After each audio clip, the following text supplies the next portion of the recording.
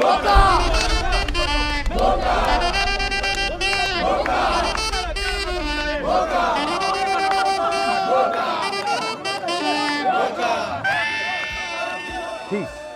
In the name of Allah, I'm Aubrey Muhammad. I pray that everyone is well. Facebook, family, friends, and believers, welcome to my live session. Grace, new mind. That's the subject. And I'm going to be real brief today. It was a nice day out here, just it got dark fast, but it was beautiful, all sunny out, and I was going to go to the park, but I had to update about Mom's Court Day, so I'm in front of Nassau District Court in Hempstead, and that's the update. It's three, actually, updates. As you know, her trial is March 13th, 2023. That's like 2.5 months from now, and that's right here, 99 Main Street. Now, I'm under the lights. I want to walk out, but you can see the area around here, Hempstead. It was popping out here today on Sunday. I saw some people walking around. The Dunkin' Donuts was closed, I guess, for the New Year. But I saw people walking around in shorts today in Hempstead. So that was interesting. It was such a nice day. So Mom's court date is here, March 13th, 9:30 a.m. This is 99 Main Street. This is Nassau District Court, 99 Main Street. Be here at 9:30. We'll be gathering at 9 o'clock right here in the cubicle. You see the cubicle here.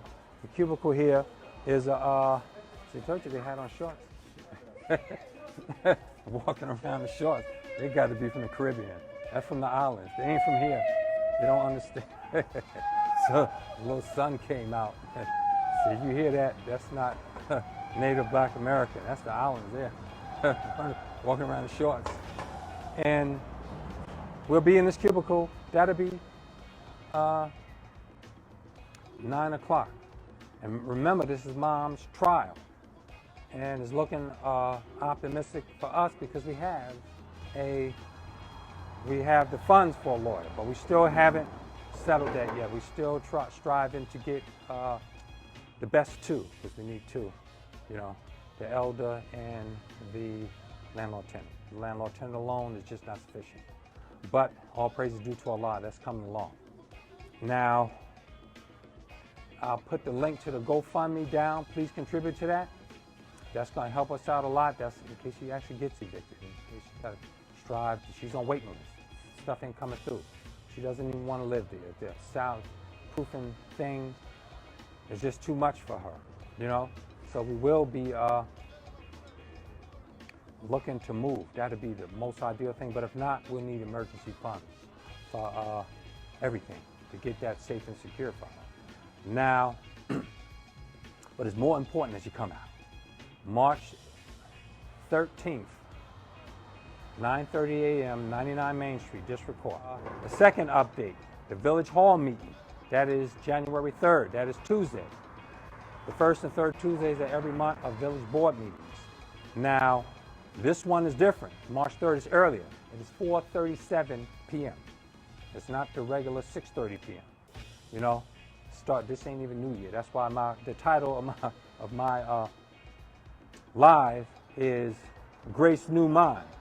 It's not the New Year. This is the Roman New Year. But for the Roman New Year, it fits Roman-minded black people. They got that white-mindedness.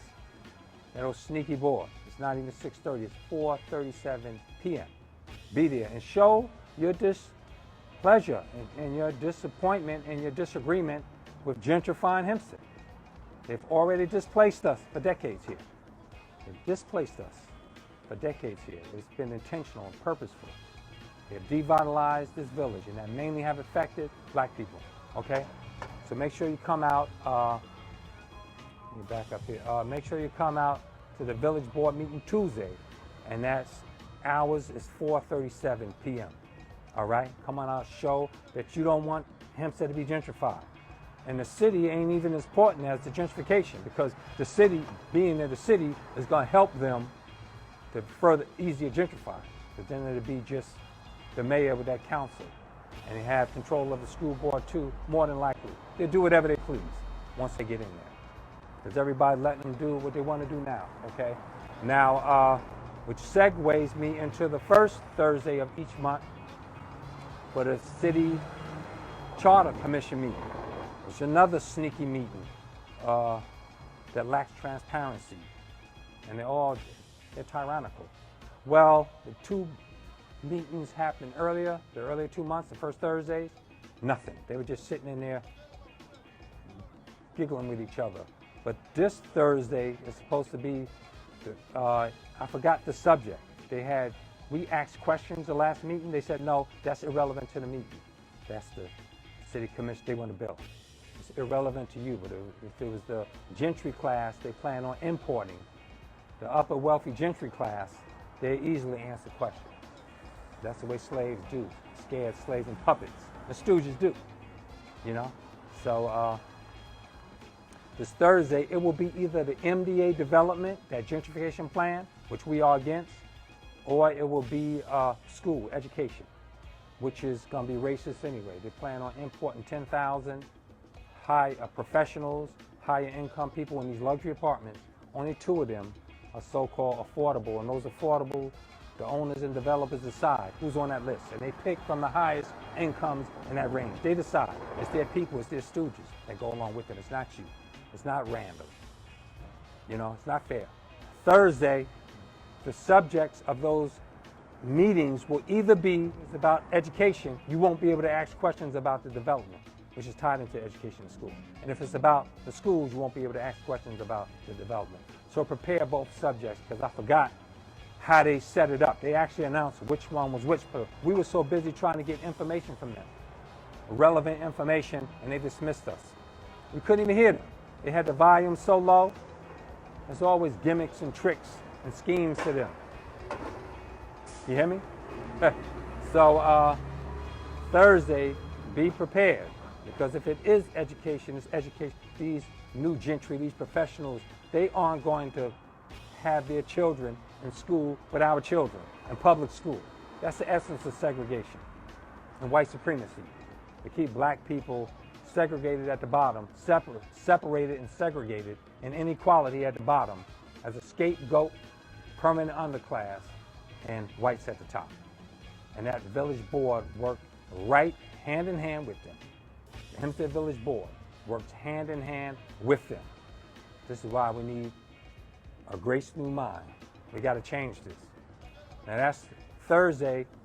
The first Thursday of every month will be these city charter commission meetings, and they're farce. It's 15 members, 10 of them, Waylon Hobbs hand-picked stooges. He picked stooges. All of them are pro-city, you know? And the city part ain't even as much as important as why they wanted to be a city. Why they wanted to be a city is not for you. And when all these newcomers come in anyway, the new gentry, they're going to displace us further. Thousands of us have been displaced. Thousands of us have lost our homes.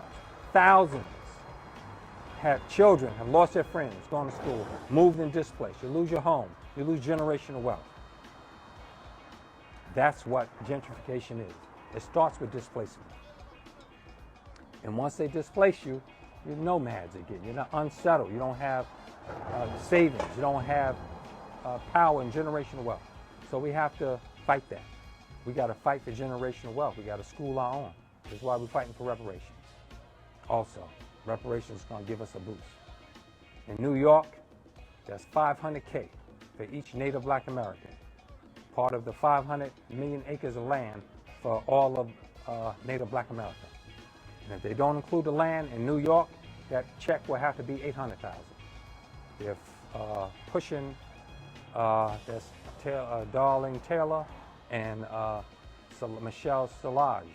They're pushing Governor Hochul to form a commission of reparations, which we don't even need a commission. We need to take that LA one and incorporate it national and jack up that demands to $500K each, plus land, according to each state's cost of living, to your area cost of living. That's how you get paid. That is your compensation. That is your reparations. All right? And if you get your reparations, you want to buy land, good for you. They have to give us more if you have to buy land. In New York, that'd be $800,000. If it's land included, it's $500,000. In LA, if your cost of living is lower, other areas of the country, you do that. But that's the next plan, Thursday. That's right. My sister, let me look at the comment here. How did my sister? Reconstruction, oh, that's right, reparations and reconstruction. And they have to restore us. They damaged us. They robbed us of the knowledge of self and our people doing for ourselves. Then we came up under chattel slavery. They razed our all-black towns, hundreds of them. They always murder, scheme, and take it from us. This master plan, it's called a master development plan because they're the masters. The developers and the planners are the masters, and the board and the residents are the servants. But that board tries to act like they have their own mind. They don't. They have that old Roman mind. That's why I said grace, new mind. I didn't say grace, new year, because that's the Roman new year. Let me get into the subject here.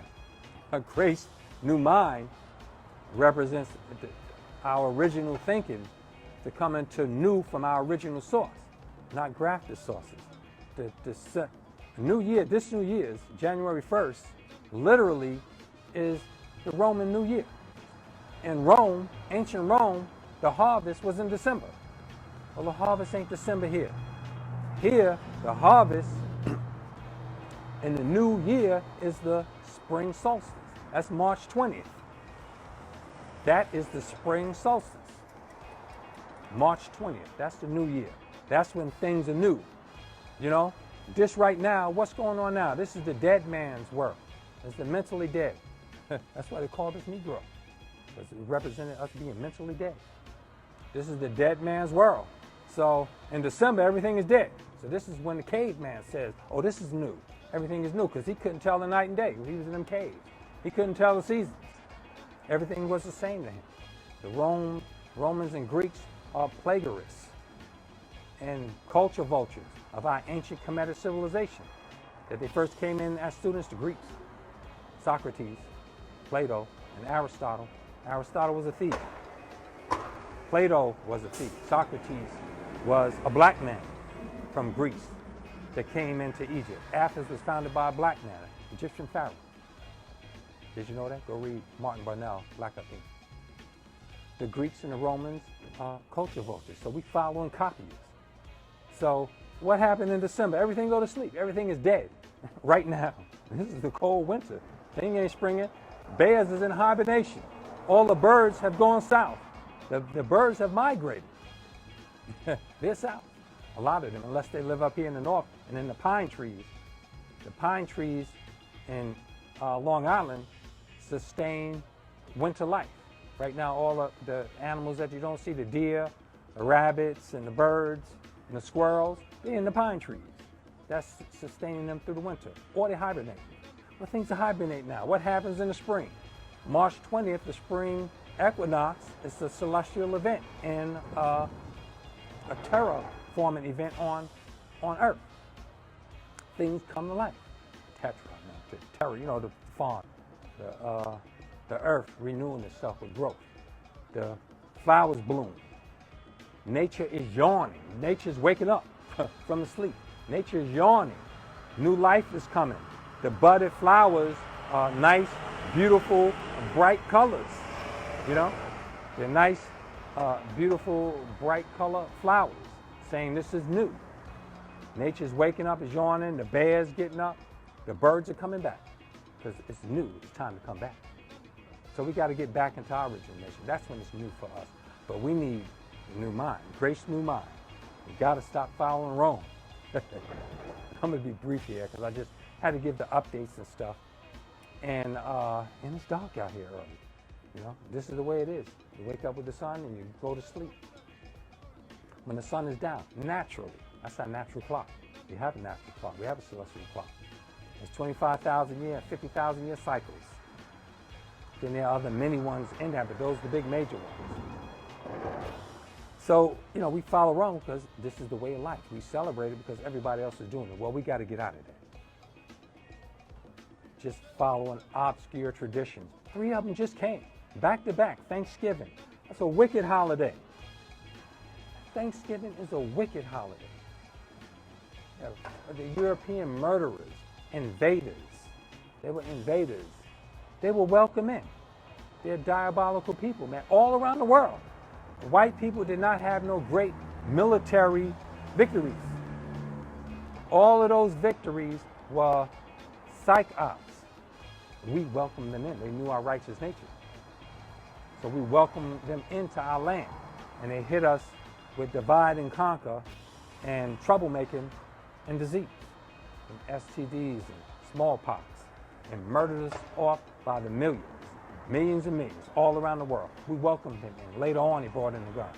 But he first brought in his corrupted Bible, his grafted Bible, his Roman and his Greek Bible. We have a saying, when in Rome, do as the Romans.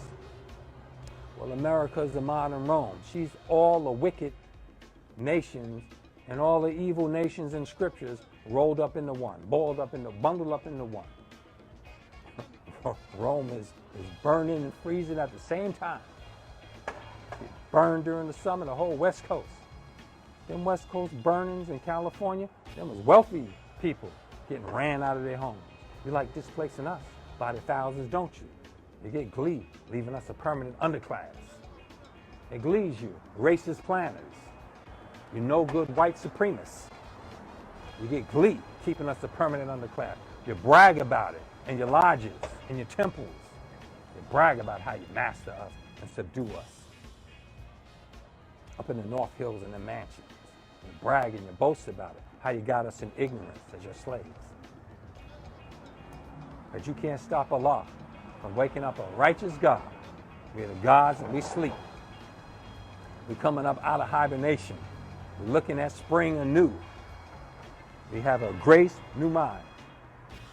Got to get a new theater, a new teaching, a new theater to operate.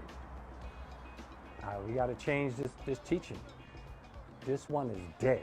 White supremacy, this miseducation, everything is dead. This new life and righteousness. And Almighty God, Allah, got the best for us because we are the best. If we would accept our own and be ourselves, we can do it.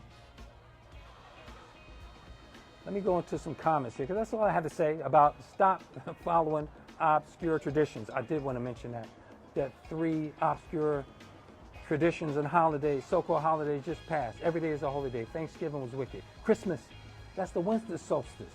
That's December 25th. It's the winter solstice. And it's celebrated initially because that was Nimrod's birthday. So they adopted. Then they later on adopted it to Jesus' birthday. Well, they didn't know Jesus a 2,000 years ago birthday. Because according to the story, King Herod was killing all the young babies. Because he believed their prediction and a prophecy that this light just went out on me. And he believed the prediction and the prophecy that the Messiah was being born. So he killed us. So they were hiding him, according to the story. But they adapted that. The winter solstice, that goes back millions and billions and trillions of years. We're trillions of years old. Trillions of years old. Trillions of years is the universe. It's not 14 billion, as Caucasians put out, the Big Bang. That linear bang, it goes in one direction. The expansion after the Big Bang, that's silly. Something from nothing. Allah made nothing. Allah there was never nothing, there always was. Why? Because it was potential. And inner potential is God. Because we are God when we accept our own and be ourselves.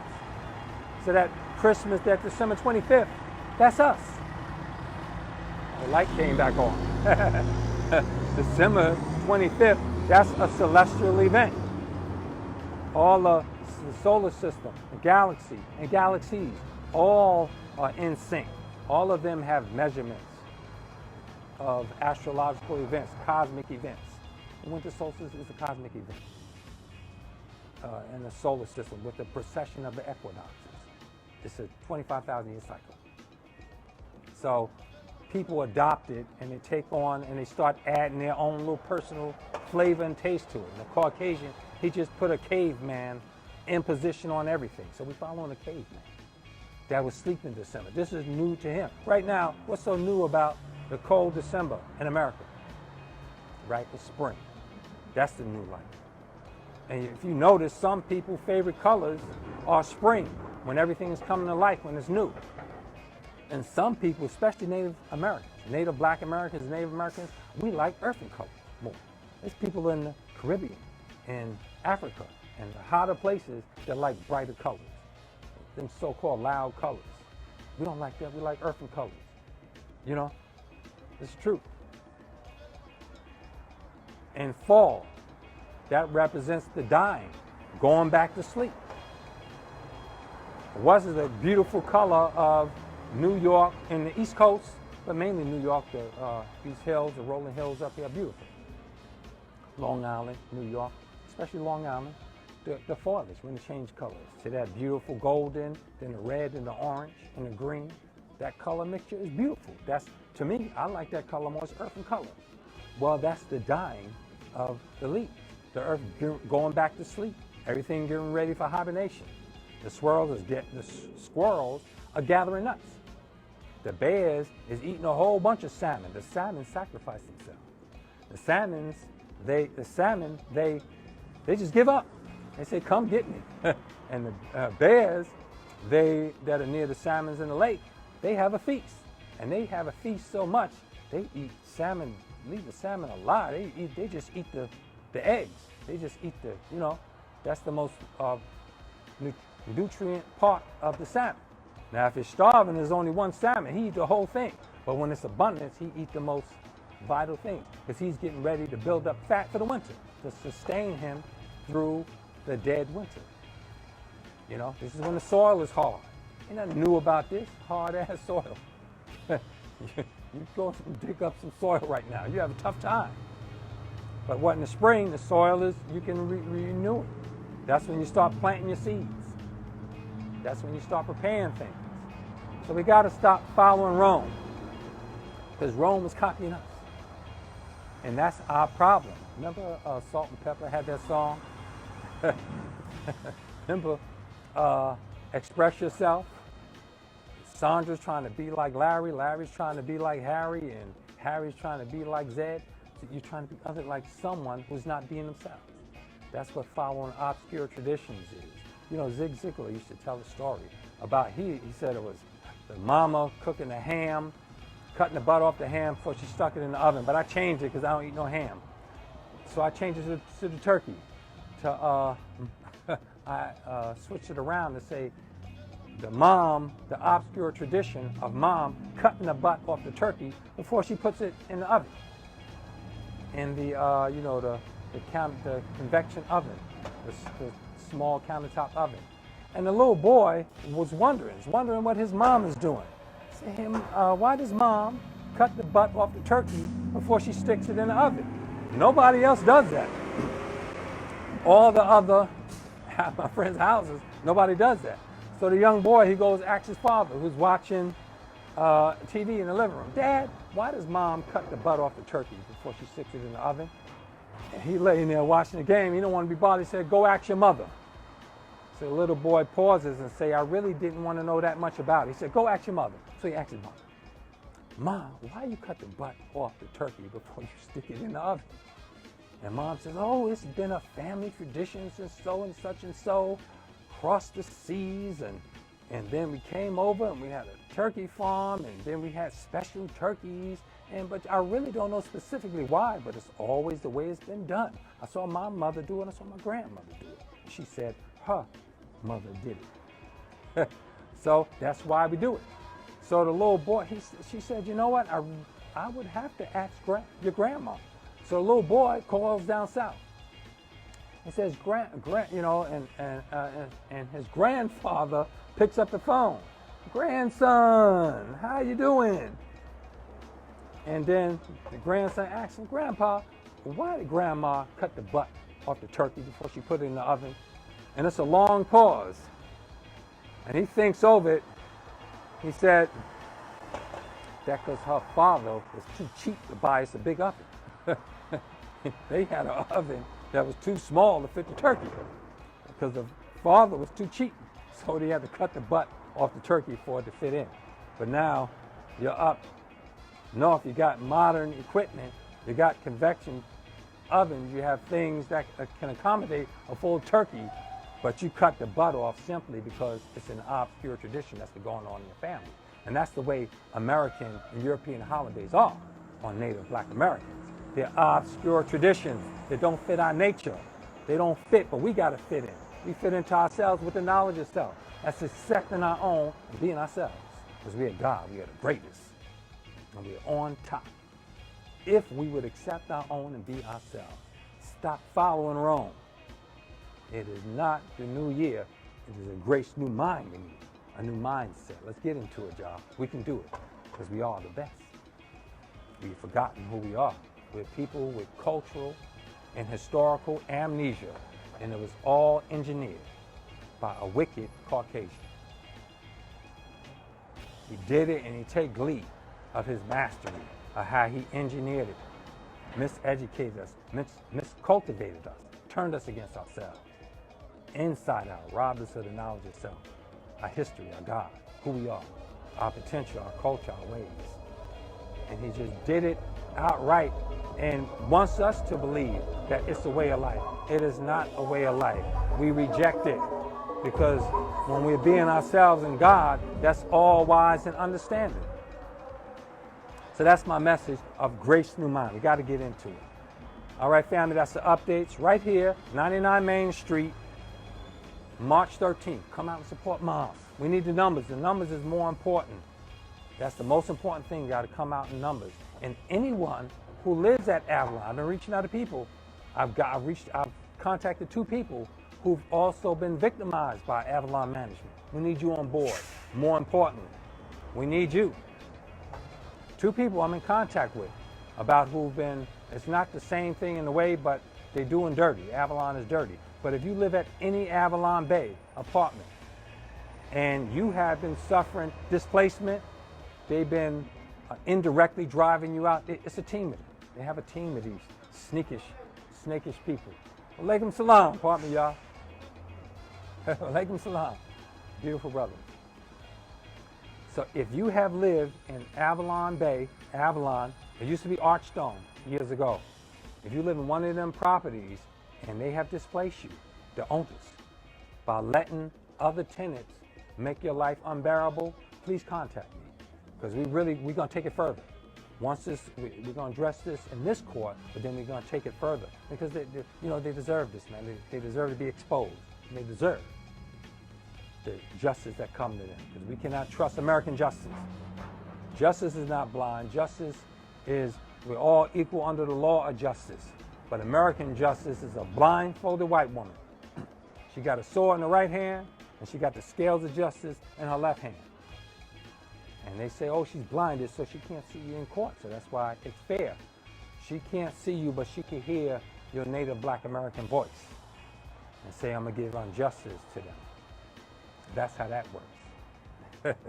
So come on out for Mom's court date, March 13th. Tuesday, Village Hall. The date is not 6:30, it's 4:37 p.m. And speak out against the gentrification project and speak out against the city. And the 7th, that is Thursday, the city commission called at the same Village Hall, Hempstead Village Hall, around the corner. Well, you can't see, I can't turn around now because everything is dark over there. A lot of stuff is closed for the New Year's.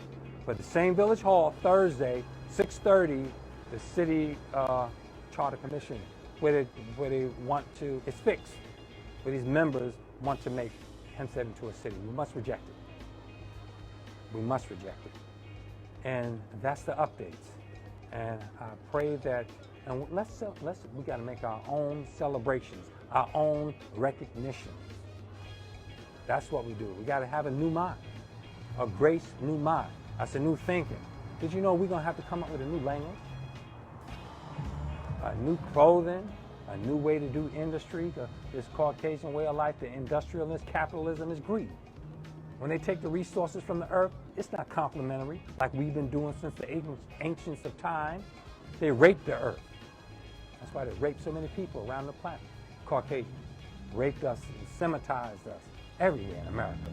Did you know he used to rape us outrightly, men and women, and children? Caucasian men in this country. They had that freedom. Their freedom was to take advantage of us. And how did they get the advantage of us? They took advantage of our righteous nature, because we are God. And that is our potential, who we are, if we accept our own and be ourselves. So we can't trust them. So we got to do everything anew and on our own. We have the talent, we have the ability. It's in our DNA. It ain't no mystery. It's actually easy. We got the nation, the most honorable Elijah Muhammad. He organized us with the right heart. He had the right heart. Allah sparked his heart and said, "This is a good man." Little boy's skipping almost over to me. I'd like for him to come over. That'd have been nice. So with that new mind, and we're going to succeed. I'm about to close in a few, but let me read some comments here. All right, my sister Hadi Toddy said, "Brother, what mosque did you attend?" Yeah, number 7 in Harlem. That's right. The historic number 7. That's the house that Malcolm built. It was on 116th. There used to be the Malcolm Shabazz, and then we went to Sister Ann Tears, Black Poetry Theater. Was that Black Theater? I forgot the name because they closed it. We said, not Ann Tears. Oh my God, I said Ann Tears. Our sister at the Black Theater used to be on 5th Avenue. The mosque used to be over there because they gentrified Harlem. Everybody sat by. Nobody. I didn't hear one person, one black person, speak against the gentrification of Harlem and Brooklyn. That is phenomenal. Everybody sleep. They paid them off. And they don't understand the scope of killing generational wealth because they don't care. They only care about personal careers and their grift of crying about, the Al Sharpton and all these other grifters. They just care about crying about our outrage, about things that outrage us for the moment, trends. And they focus on that and they capitalize off that energy. But substantial things like gentrification that robs us of generational wealth and displaces us, keeps us nomadic. Speak of one word. No one I heard speaking up against gentrification in Harlem and Brooklyn. And it happened right before our eyes. And they sneaking quietly doing it in the Bronx. But now they're planning for Hempstead. They've already displaced us. These people betrayed us. But in Harlem, it's not the same, but our mosque is still there. The historic number 7 mosque is at 127th Street in Lenox. We're right across from Sylvia's. We've been there since like the 90s, right. I became active in 96, but it was there like in the early 90s. We transferred there from the Black Theater on 5th Avenue. That was a good building. That produced a lot of actors and dancers and stuff like that. I guess it was National Black Theater, wasn't it? I'm thinking of the sister who was the radio announcer of BLS. She has a very similar name. I could be confusing it. But I believe that was Auntie. If somebody know the name and correct me, please put the correct name, because it's gone. The National Black Theater is gone. The mosque used to be there. In Harlem, but we are in Harlem, 127th Street in Lenox. Come on out. Accept your own and be yourself. And that's right, our brother, Ann Tripp. Right, Ann Tripp was the announcer. So that was Ann Tier. Ann Tier was a sister at the National. Thank you, Sister Holly. Ann Tripp was the radio announcer. Ann Tripp, that's right. I get those names confused sometimes. That is Ann Tier, who was the National Black Theater. Right. So thank you, my sister, for bringing that information. That's right. Minister Abdul Hafiz, that's right. They murdered our brother, sister, on that ventilator. When COVID first came out, they started executing people on those ventilators. And Brother Minister Abdul Hafiz was one of them. Yeah, you best believe that. That is correct. He was a strong voice. That was my good brother. I used to go out to his house sometimes. Beautiful brother. Had a good spirit. He embodies the saying, being pleasing to Allah. Through his man in our midst, Minister Farrakhan, being diligent and dutiful to him in the mission. All right, let me see in the grant for the years and age. That's right. Yeah, and we're getting it back, and we got to build a mosque out here. We need more participation. But how are we going to do it if our people are nomadic? We got to get settled down. We got to establish ourselves as a stronghold. We got to create a historic district where we protect it. Our houses, our homes, our small businesses. And they owe us $1 billion compensation. Black Hempstead, if you lost your house, if you lost your small business in Hempstead the last 20 years, We need compensation from New York State, the town of Hempstead, and Nassau County of $1 billion. And that fund is towards an incubator for homes and small businesses of all those that have been displaced. That's right. Now, let me see, any other questions? Oh yeah, my sister, you bearing witness. That's right, sister. And I bear witness to you. All right, Uniondale, that's right. And they focusing on Uniondale too. They're gonna gentrify Uniondale next. You can tell when they're about to gentrify a place, it's called scalping. Oh, you gotta excuse me, I'm dried out now. I'm on my fast, my 48-hour fast, so I'm starting to get a little dry. My water's over there in the car. But I'm all right, I was gonna be brief. But when they're about to gentrify a place, it's to get ready to do Uniondale. That's why they had Uniondale take over some of the hamlet of East Garden City, which is Hofstra University to the Coliseum, up to the Source Mall at the corner of Westbury, Old Country Road and Eisenhower Park, that Merrick and Old Country Road, all the way down to Roosevelt Field. That whole footprint used to be the hamlet of East Garden City. And they took on the zip codes of the town and villages adjoining to them. That's why Hofstra has a Hempstead zip code, 11550. They do nothing in Hempstead, they contribute. The Coliseum used to be Uniondale. Well, it still is Uniondale now. And the Source Mall, all the way from the Source Mall to Avalon, where Mom lives, there, that was Westbury. That takes on the Westbury zip code. But they now go to Uniondale School. That's the Uniondale School District, because Uniondale has taken over that foolishly. Your dumbasses, you're taking over those pilots. All those places have pilots over there. Hofstra, well, Hempstead is Hofstra, but the AvalonBay and all these other Roosevelt Field. Right, Roosevelt Field to Hofstra, to Nassau Coliseum, to Old Country Road in Merrick. That's by the Source Mall over there, the Avalon. A lot of those things have tax pilots that you're gonna have to pay. The homeowners in Uniondale. These people are wicked, and you got your silly ass representatives. Oh, we want that. We're not getting no retail tax dollars from there, fool. You paying other people property taxes. Anyway, as the beat goes on, they scout the trees. They measure the trees in the sidewalk. If you go right up here to Garden City, I forgot the name of the street, straight down from Main Street. You keep going down Main Street into Garden City, and you make a right. Right. Them side streets that go all the way back by the Country Life Press, Long Island Railroad Station, those side streets right over there. I forgot the name. I think it's what's the old name? Paradise Street. I forgot the name of the street. But when you go and you look at the trees that are busting out the sidewalks, it's pretty dark here. But that sidewalk, you can't see nothing behind me anyway. That's my car, the sidewalk.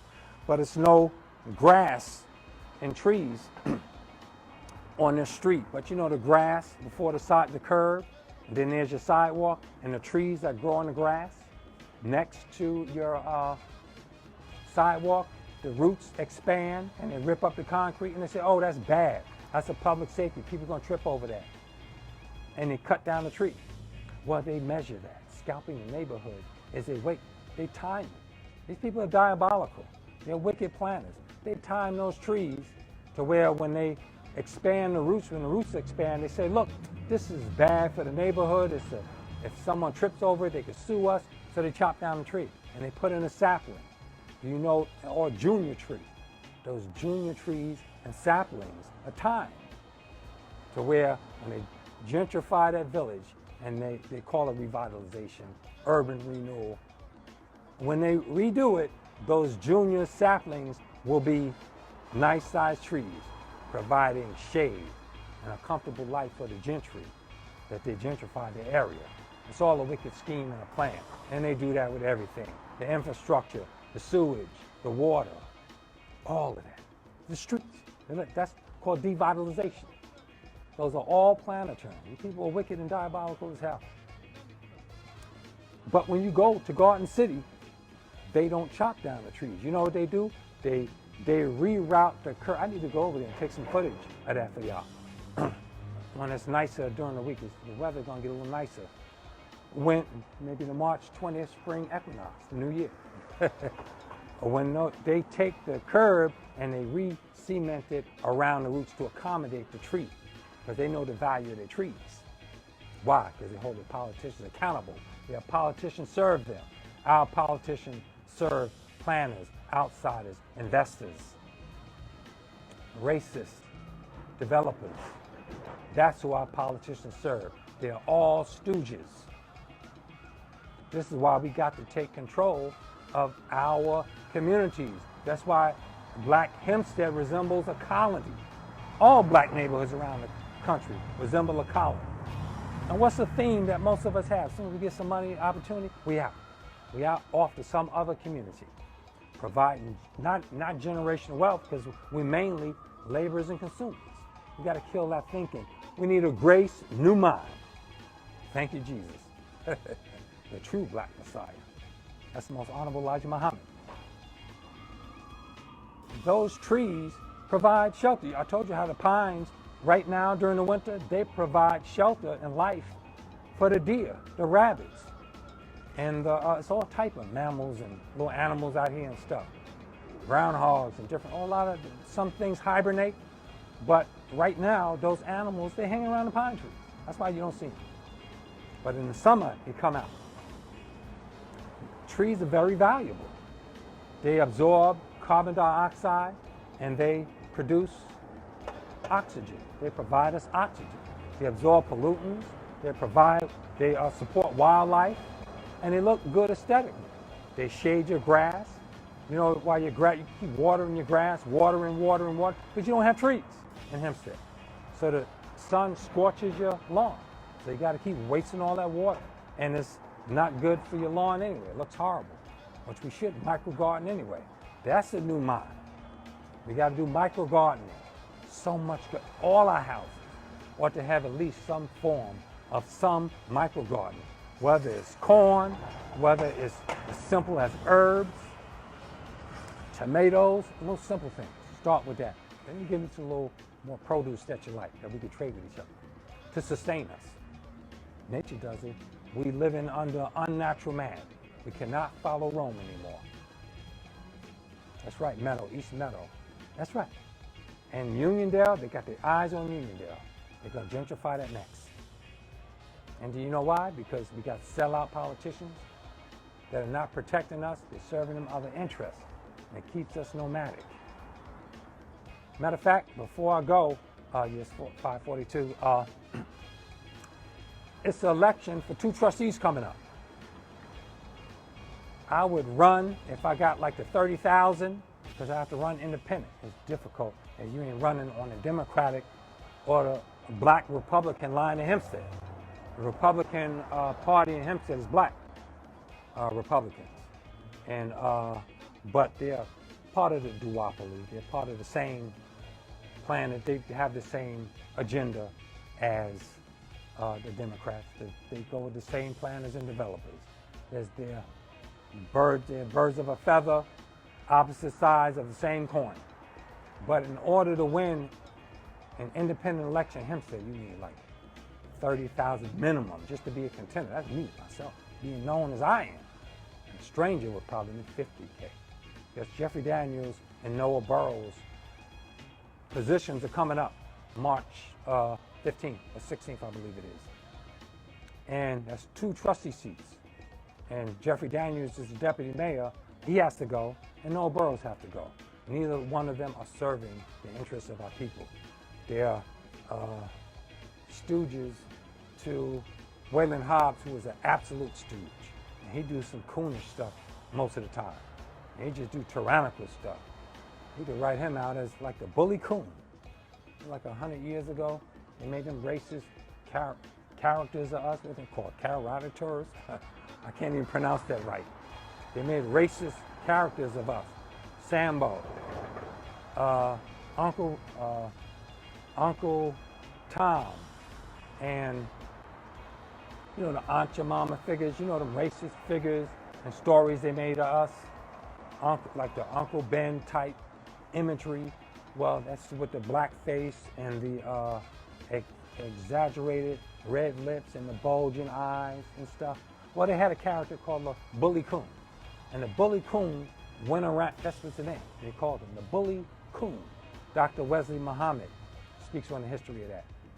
Yeah, all them early cinema, all early books and storytelling that involve that white people made of black people are horrific. They should be burned, man. Them things is just, they dehumanize us, villainize us. Well, one of them characters was the Bully Coon. And the Bully Coon went around the other coons with a barber's razor. You know, a straight razor that you unfold, and he went cutting the other coons. He went running around the other coons, cutting the other coons. But his sorry behind wouldn't cut the white man, because he was scared of the white man. And that's the way our politicians are. They're hard on us and easy on the enemy. And go listen to those village hall meetings when white people walk in there and they feel these people are more important. They light and easy on them. But when black people speak up, when we speak up, they're hard. And they face it, they twist it, they burn it, they skirmish, and they get angry. As Waylon Hawks does that. He gets the scar on his face, like the Bully Coon cutting you, because he hates his black self. We need to put in that office black people who love themselves and who will accept our own and be ourselves. With a grace new mind, with a grace new world. We can do it if we put our mind to it and take it off Rome. You got to understand these obscure traditions. They do affect us. Before, you know, we cutting the butt off the turkey before we put it in the oven, the large oven. We don't even know why. But knowledge, wisdom, and understanding will let us know why. Give us motives and intentions. All right, family, that's it. I'm wrapping this up. It's 5:45. It's time to go, and I appreciate your presence. Family, I love you. I want us to be strong, wise, and healthy. And let's take this love we have for each other, and I love you, love you, love you, and spread it to each other. We got to do it. Got to stop this suspicion, this gossiping, backtalk, slander of each other. Native Black Americans. We can do it. You got to love yourself first, though. You can't give something away that you don't possess yourself. We can do it in little or no time. All it takes is a grace, new mind. Family, I pray that your Sunday is well. It was a beautiful day. It almost looked like spring. So I guess it was a copy of the spring equinox. It actually felt like it was a new year today. The sun was out, it was 50-something degrees, and it felt so good. And we're going to get there with a new mind. And I pray that your families are grace protected, that you are fed, that you are housed, and let's help all of those who need something. And when we give, don't give expecting anything in return. Just give, and don't mention it anymore. Give is better to give charity in secret and anonymously than it is in the public. It's better. But we all give in charity. And the best charity you have is a well-intended concern. A well-intended concern. A genuine concern. That's love. And we need more love. Family, I leave you as I greeted you in the ancient Arabic word. Peace. Assalamu alaikum. Peace unto you. Enjoy the rest of your week. Great week.